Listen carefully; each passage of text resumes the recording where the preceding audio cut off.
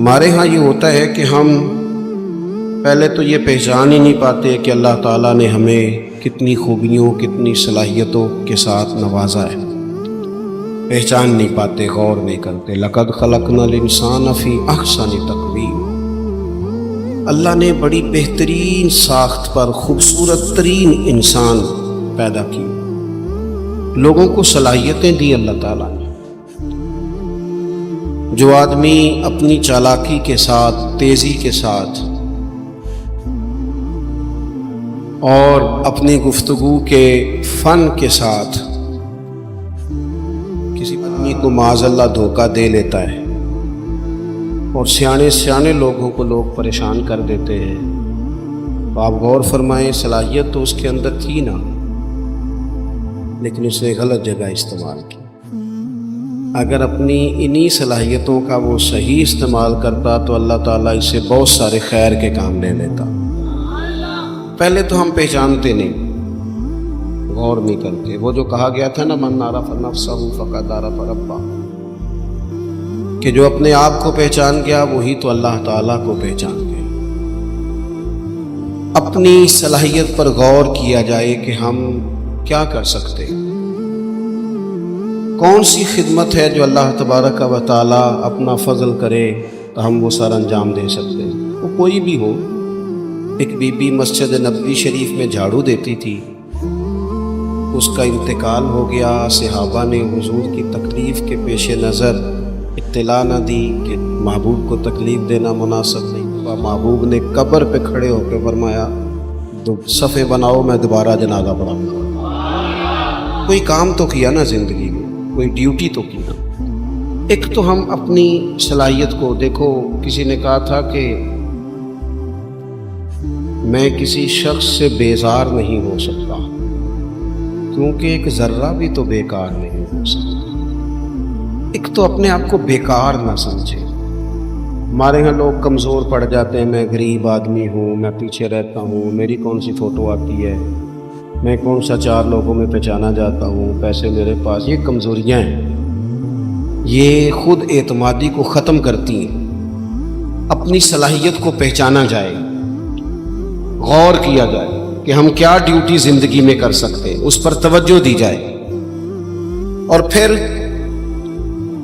جب اپنے آپ کو پہچان لیا جائے کہ بھلا میں یہ دیکھیں نا، مدارس، مساجد، خانقاہیں، یہ سارے سلسلے، اس میں اگرچہ نام ایک بندے کا لکھا ہوتا ہے کہ فلانے نے بنائی ہے، لیکن اس میں سینکڑوں لوگ شامل ہوتے ہیں۔ یعنی وہ جگہ دینے والا بھی بڑا باکمال آدمی ہوتا ہے، وہاں ڈیوٹی دینے والا آدمی ہوتا ہے، یہ بڑے باکمال لوگ ہوتے ہیں۔ کہنا پیر صاحب نہیں ہوتا ہے، تعریفیں پیر صاحب کی ہونی ہوتی ہیں۔ اور اب تو اللہ خیر کرے، بعض آستانوں پہ لوگوں نے باقاعدہ بندے رکھے ہوئے تعریفیں کرانے کے۔ اللہ والوں کو اس کی ضرورت نہیں ہوتی۔ خوشبو کو بھی کبھی بتانا پڑا ہے کہ میں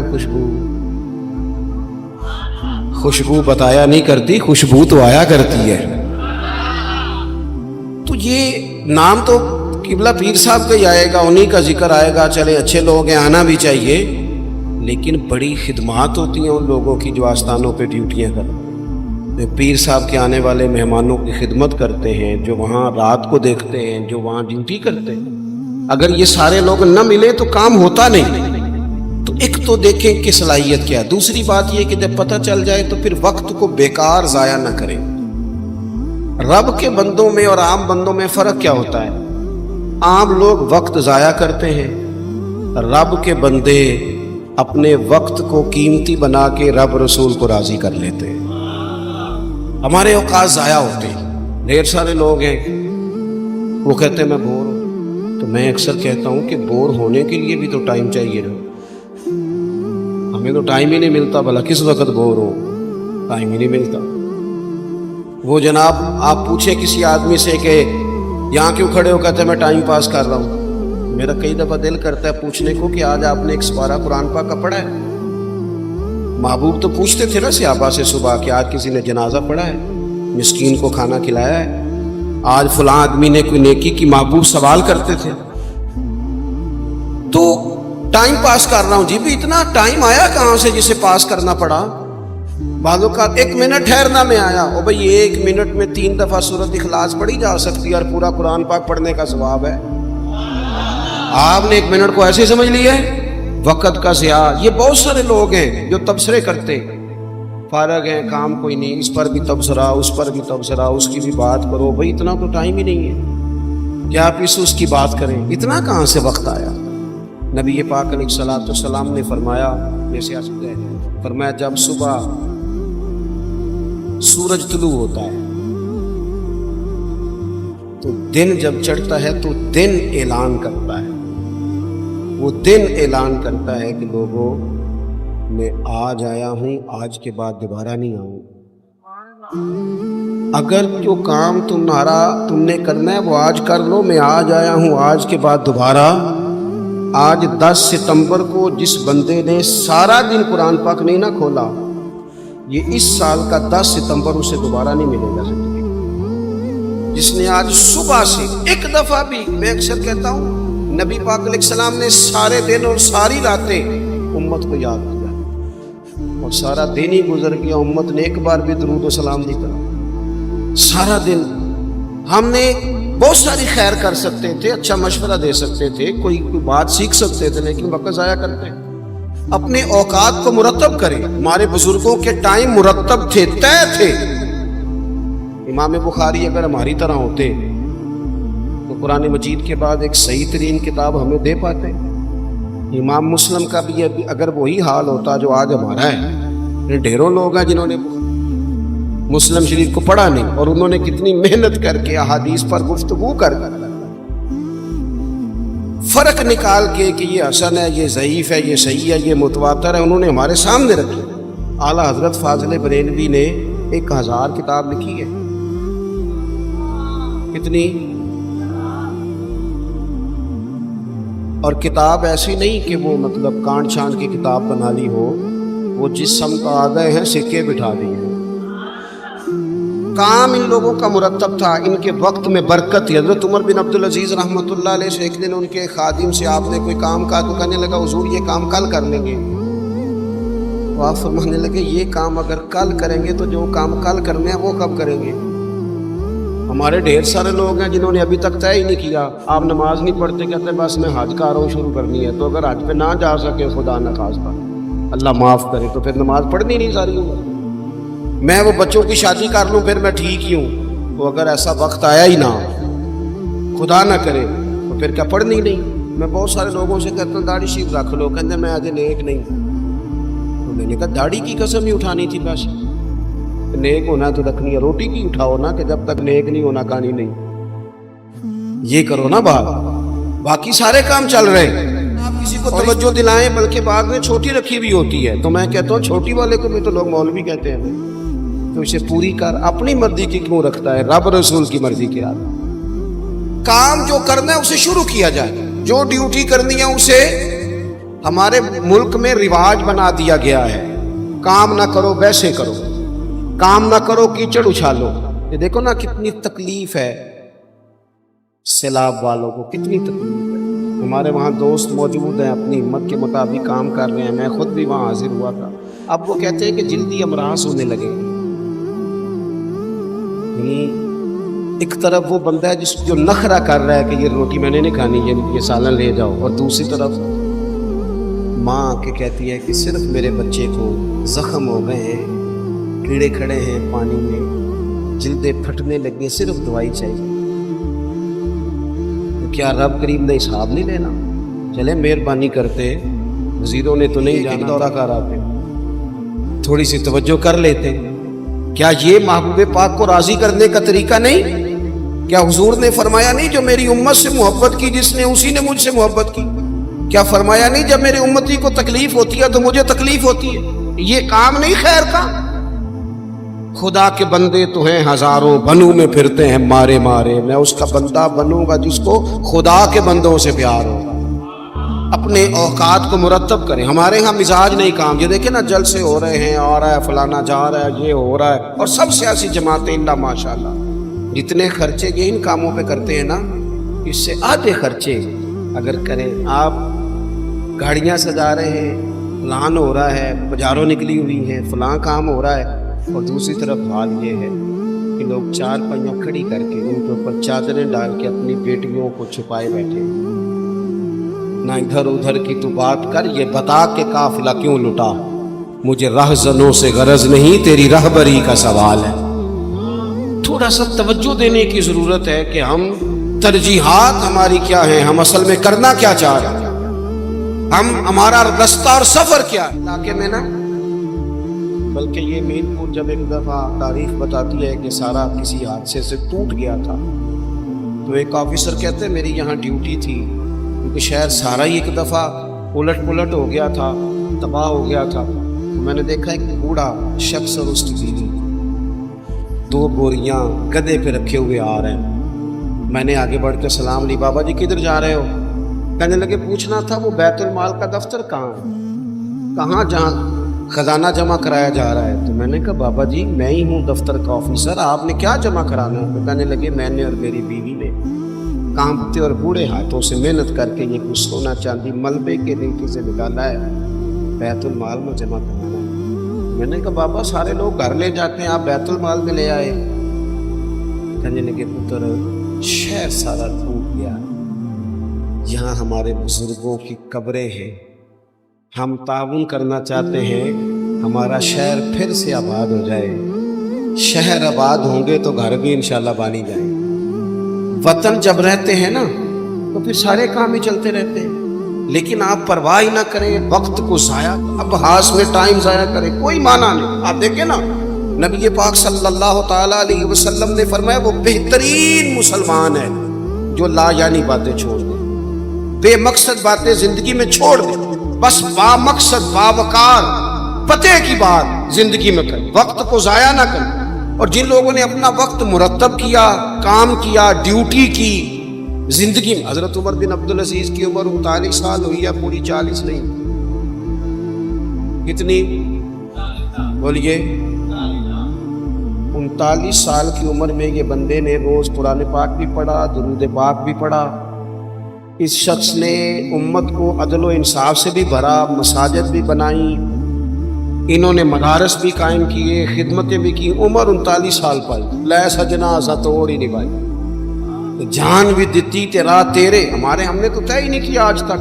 یہ بہت سارے نوجوانوں کو میں دیکھتا ہوں سارے دن تصویر پہ گزر جاتا ہے، سارا دن فوٹو آنی چاہیے۔ اور قوم نہ زیادہ تر اللہ ماشاءاللہ بالخصوص نوجوان نسل ہواؤں میں زندہ ہے، خوابوں میں زندہ ہے، موبائل کے اندر زندگی گزار رہے ہیں۔ زندگی کے دکھ کچھ اور ہیں، کرب کچھ اور ہیں، تکلیفیں کچھ اور ہیں، سمجھنے کی چیزیں کچھ۔ جب دوائی کی ضرورت ہو تو پھر گوشت سے پیٹ نہیں بھرا جاتا، پھر دوائی ہی کھانی پڑتی ہے۔ ترجیحات اور ہیں، ہمیں اور طرف بڑھنا ہے اپنے آپ۔ اور جب بندہ مرتب زندگی گزارتا ہے نا اس مقصد کے لیے رب کریم نے اسے بھیجا، الذی خلق الموت والحیات لیبلوکم ایکم احسن عملا، جب وہ بہترین عمل کرتا ہے تو پھر وہ کافر کا نظریہ ہے کہ مر جائیں گے تو فنا ہو جائیں گے، زندگی میں جو موج کرنی ہے کر لو، یہی ہے سارا کچھ۔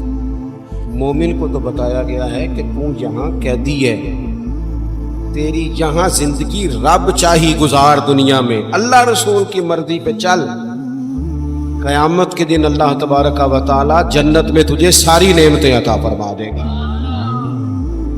یہ کووڈ-19 کے دن تھے نا، تو مجھے ایک سرکاری ادارے میں مدعو کیا گیا ہے، کہنے لگے جی خوف بڑا ہے، کرونا سے ڈرتے ہیں۔ بعض لوگ تو ایسے ہیں جو کسی جگہ ہاتھ، یہ ٹینشن بڑی سوار ہوتی ہے۔ ایک صاحب میرے سامنے بیٹھ کے کہنے لگے کہ مجھے تو زیادہ لوگ جمع ہو جائیں تو گھٹنوں لگ جاتی ہے، تو یہ قبر میں تو میں تو بڑا خوف کھاتا ہوں۔ میں نے ان سے کہا قبر کھڈا ہے، گڑھا ہے، دوزخ کے گڑھوں میں سے گڑھا ہے، نبی سے صحیح موجود ہے، بات بالکل ٹھیک ہے، لیکن قبر کی ایک دوسری حالت بھی جو بندہ مومن کی، آپ کا جو خیال ہے نا سانس کیسے آئے گی، چاروں جانب سے بند ہے، تو جو رب ماں کے پیٹ میں بندے کو سانس کے لیے موقع دیتا ہے نا، اور اگر کوئی اس سے بھی زیادہ آسان بات سمجھنا چاہے تو انڈا چاروں جانب سے بند ہوتا ہے، سوراخ بھی کوئی نہیں ہوتا، چاروں، میری طرف دیکھیں جی،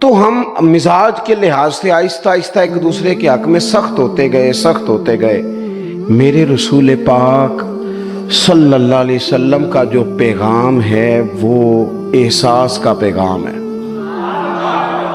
کسی کا احساس کرنا، اپنے دل میں کسی شخص کے لیے گنجائش پیدا کرنا، مختلف چیزیں سوچ کر، اچھے گمان کر کے رب کی مخلوق کے بارے میں بہترین رائے قائم، لوگوں کے لیے اپنے دل کے اندر کشادگی رکھنا، یہ میرے نبی پاک صلی اللہ علیہ وسلم کا پیغام. آپ اطمینان سے بیٹھے، میری آواز آ رہی ہے نا آپ کو؟ اطمینان سے بیٹھے. کوئی ایسا اگر جنریٹر ہے تو چل جائے گا، ورنہ یہ سارے ملک کا ہی مسئلہ ہے. آپ غور کریں میری بات. میرے عزیز، احساس جب لوگوں کے دلوں میں نہیں نہ ہوگا پھر وہ معاشرہ آہستہ آہستہ زیادہ سخت ہو جاتا ہے. اور حضور کا پیغام کیا ہے؟ احساس. آپ دیکھیے قرآن مجید فرماتا ہے لقد جاءکم رسول من انفسکم، فرمایا تحقیق ہم نے تمہیں میں سے تمہیں ایک رسول عطا فرمایا. خالی ترجمہ قرآن مجید کا دیکھیں تو انسان جھوم جاتا ہے. فرمایا یہ وہ محبوب ہے کہ مشکل میں تم پڑھو تو تکلیف میرے نبی کو، مشکل میں پڑھنا حضور پر گراں گزرتا ہے. حریص علیکم، وہ تمہاری بھلائی چاہنے میں جلدی فرماتے ہیں.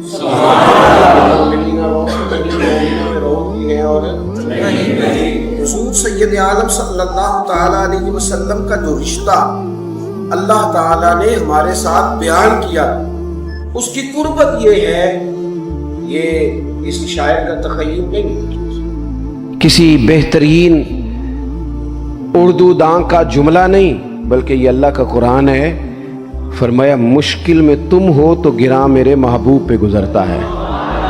حضور تو جلدی کرتے ہیں تمہاری بھلائی چاہنے میں. کیوں؟ رشتہ بڑا گہرا ہے. النبی اولیٰ بالمؤمنین من انفسہم، فرمایا یہ وہ محبوب ہیں جو تمہاری جانوں سے بھی تمہارے زیادہ قریب ہیں. رسول کائنات صلی اللہ تعالی علیہ وآلہ وسلم امت کے حق میں نرم دل رکھتے. نرم. لوگ سمجھتے ہیں شاید کسی کا بھلا یہ ہوتا ہے اس کو 4 پیسے دے دیے جائیں، شاید اس کا بھلا یہ ہے کہ اسے نوکری پہ لگوا دیا جائے، شاید بھلا یہ ہے کہ اس شخص کو اگر کسی وہ مشکل میں آ گیا ہے تھانے کچہری کے معاملے میں تو وہاں اس کو سہولت دلا دی جائے، آسانی کر دی جائے، کسی کو مضبوط کر دیا جائے، تو یہ اس کے ساتھ بھلائی ہے. میرے رسول پاک صلی اللہ تعالی علیہ وسلم نے بتایا کہ میں نہ مکارم اخلاق کی تکمیل کے لیے آیا ہوں، میں تمہارا وہ نفع کرنے آیا ہوں کہ تمہارا دل ساری جگہوں سے ہٹا کے رب رسول کی طرف مائل کرنا، تمہاری طبیعتوں کے اندر جو سختی ہے اسے نرمی میں بدلنا ہے، تمہارے مزاجوں کے اندر جو بے لگام خواہشات ہیں انہیں شریعت اسلامیہ کی پابندی کی لگام دینی ہے. حضور سید عالم علیہ السلام نے لوگوں کی اصلاح کا جو دیکھے نا، اگر کسی گھر میں بگڑے بچے سنور جائے نا تو روٹی تھوڑی بھی ہو تو گزارا ہو جاتا ہے. اگر گھر والے اخلاقاً اتنے اعلیٰ ہوں، ایک دوسرے سے پیار کرتے ہوں تو تھوڑے پیسوں پر بھی وقت گزر جاتا ہے. رسول پاک کا دل دھڑکتا تھا. کس لیے؟ صرف اس لیے نہیں کہ لوگوں کو نوکریاں مل جائیں، مال مل جائے، لوگ جو ہیں ان کے گھر کشادہ ہو جائیں، بلکہ حضور کا دل دھڑکتا تھا کہ لوگ دوزخ سے بچ جائیں، جنت کی طرف ان کا سفر ہو جائے. ان کے دلوں سے حسد کو، تکبر کو، غرور کو، انا کو، خود پسندی کو، عجب کو نکال دیا جائے. یتلو علیکم آیاتنا ویزکیکم، ان کا تزکیہ کر دیا جائے، دل صاف کر دیا. رسول پاک صلی اللہ علیہ وسلم احساس کے ساتھ جاتے. ہمارے ہاں نا تبلیغ ہوتی ہے لیکن اس میں درد نہیں ہوتا، اللہ ماشاء اللہ اچھے لوگوں کی بات نہیں کرتا. لو میرے جیسے آدمی نے تقریر کرنی ہے، گھنٹہ گزارنا ہی ہے، تو پھر بعض اوقات نفس کی خواہشیں غالب ہوتی ہیں تو وہ اصلاح سے زیادہ شوق داد لینے کا غالب آ جاتا ہے. وہ آپ کو پتہ ہے نا، وہ ہمارے ہاں پھر وہ نقیب محفل بیچارہ کبھی بھاگ کے ادھر چلا جاتا ہے، کبھی بھاگ کے ادھر آتا ہے، کہتا ہے میں نے جملہ دینا ہے. اب وہ ایسے لگتا ہے جملہ نہیں دینے لگا، کوئی ایٹم بم دینے لگا ہے، جس میں اتنی اسے پریشانی، ایک جملہ کہنے لگا، سنبھال کے رکھنا، ضائع نہ کرنا، یہ نہ کرنا۔ وہ تو جملہ رہنے دے، تو آیت دے ہمیں کوئی قرآن پاک کی، تو ہمیں کوئی حدیث پاک سنا، تو اس حدیثی بات کر، یہ تو مطلب۔ اور پھر وہ داد کا اتنا شوق کہ جب تک سارے ہاتھ نہ کڑھیں، جب تک شمال جنوب والے نہ بول پڑیں، تب تک بات نہیں ہوگی۔ یہ کیسی بات ہوئی؟ اصلاح کے اندر تو آپ کا درد آپ کی زبان سے زیادہ اثر رکھتا ہے۔ اقبال کہنے لگے کہ بات جو دل سے نکلتی ہے اثر رکھتی ہے، پر تو نہیں، پر طاقت پرواز مگر رکھتی ہے۔ وہ تو اڑتی ہے، وہ تو اس کی تو پذیرائی ہوتی ہے، اگر بات دل سے نکل رہی ہے تو۔ عزیز بھائی یاد رکھیے گا، حضور سید عالم علیہ السلام درد دل کے ساتھ دعوت دیتے لوگوں۔ 10 دن حضور نے طائف میں قیام کیا ہے، ایک بندے نے بھی کلمہ نہیں پڑھا، الٹا انہوں نے روڑے مارے، تکلیف دی۔ حضور واپس آ رہے ہیں، صحابی ساتھ ہیں، باغ میں بیٹھ گئے، اتنی پر انہوں نے معاذ اللہ تعالیٰ سنگ باری کی کہ خون مبارک بہ رہا ہے۔ فوراً عرض گزار ہوئے، یا رسول اللہ صلی اللہ علیہ وسلم آپ دعا کر دیں یہ تباہ ہو جائیں۔ فرشتہ بھی حاضر ہو گیا، حضور آپ دعا کریں یہ تباہ ہو جائیں۔ لیکن محبوب کے دل میں نرمی ہے نا امت کے لیے، اگرچہ یہ ساری امت دعوت ہے اس وقت، پر اس وقت بھی نرمی ہے۔ محبوب کریم علیہ السلام نے ہاتھ اٹھائے، صحابی کہتے ہیں میرے دل میں خیال آیا اب یہ تباہ ہو ہی، میری طرف دیکھیں جی، اب یہ تباہ ہو ہی جائیں گے، اب کوئی نہیں بچا سکتا انہیں تباہ ہونے سے۔ لیکن حضور نے کیا کہا اے اللہ انہیں ہدایت دے دے، انہیں پتہ ہی نہیں یہ کیا کر رہے ہیں۔ فوراً عرض کی یا رسول اللہ ایک نے بھی کلمہ نہیں پڑھا، ایک نے بھی کلمہ نہیں پڑھا۔ کبھی پتھر مارنے کے والے کے لیے بھی دل میں احساس ہوتا ہے، ہمیں تو کسی نے کچھ بھی نہیں کہا، کوئی گالی نہیں دی، کچھ نہیں کہا، پر ہم سخت کیوں ہیں بھلا؟ وہ ہمارے پیچھے نہیں چلتا ہاتھ باندھ کے، جی میں ہاں نہیں ملاتا، ہمارا دل اس کے لیے سخت ہے۔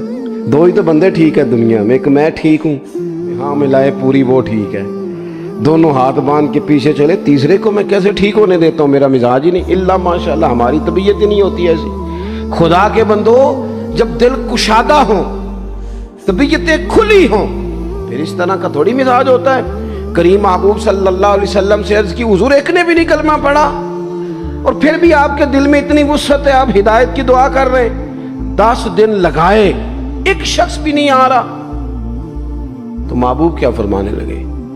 کریم فرمانے لگے مجھے پتہ ہے انہوں نے تکلیف دی ہے، ایک نے بھی کلمہ نہیں پڑھا، جلدی نہ پریشان ہو جایا کریں۔ کچھ لوگ جلدی کچے جملے بوئے، ساڈی قوم نہیں ٹھیک ہو سکتی جی، ایسمو لگتا کچھ نہیں ہو سکتا دی، یہ نہیں ٹھیک ہو سکتے۔ شکوہ ظلمت شب سے تو کہیں بہتر تھا، اپنے حصے کی کوئی شمع جلاتے جاتے۔ اللہ کے حبیب صلی اللہ علیہ وسلم سے عرض کی یا رسول اللہ صلی اللہ علیہ وسلم ایک بھی نہیں مانا، اور آپ نے پھر ہدایت کی دعا کی۔ تو یہ میرے محبوب کا امید کا طریقہ ہے۔ کریم فرمانے لگے اگر آج یہ نہیں مانتے تو پھر بھی تباہی کی دعا نہیں کرنی، یہ نہیں مانتے تو ان کی آنے والی نسلیں مان جائیں گے۔ لوگ اپنے دل میں جب آپ نرمی لے آتے، ہمارے نا سینکڑوں نوجوان گناہوں میں چلے گئے ایک علاقے سے۔ جو آدمی گناہ میں مبتلا ہوتا ہے نا، وہ سخت تکلیف میں ہوتا ہے۔ انسان کو جو چیز سب سے زیادہ ستاتی ہے وہ اس کی اپنی غلطیاں ہوتی ہیں۔ حدیث میں فرمایا ما حاک فی صدرک، کھٹکتا ہے سینے میں، چبھتا ہے گناہ، یہ تکلیف دہ معاملہ ہوتا ہے، تڑپتے ہیں لوگ، سسکتے ہیں۔ لیکن روایتی انداز سارا جب ہماری مجالس اور محافل میں ہو جاتا ہے، کوئی نہیں وقت دینے والا، پیار کرنے والا، تھپکی دینے والا، بازو تھام کوئی نہیں،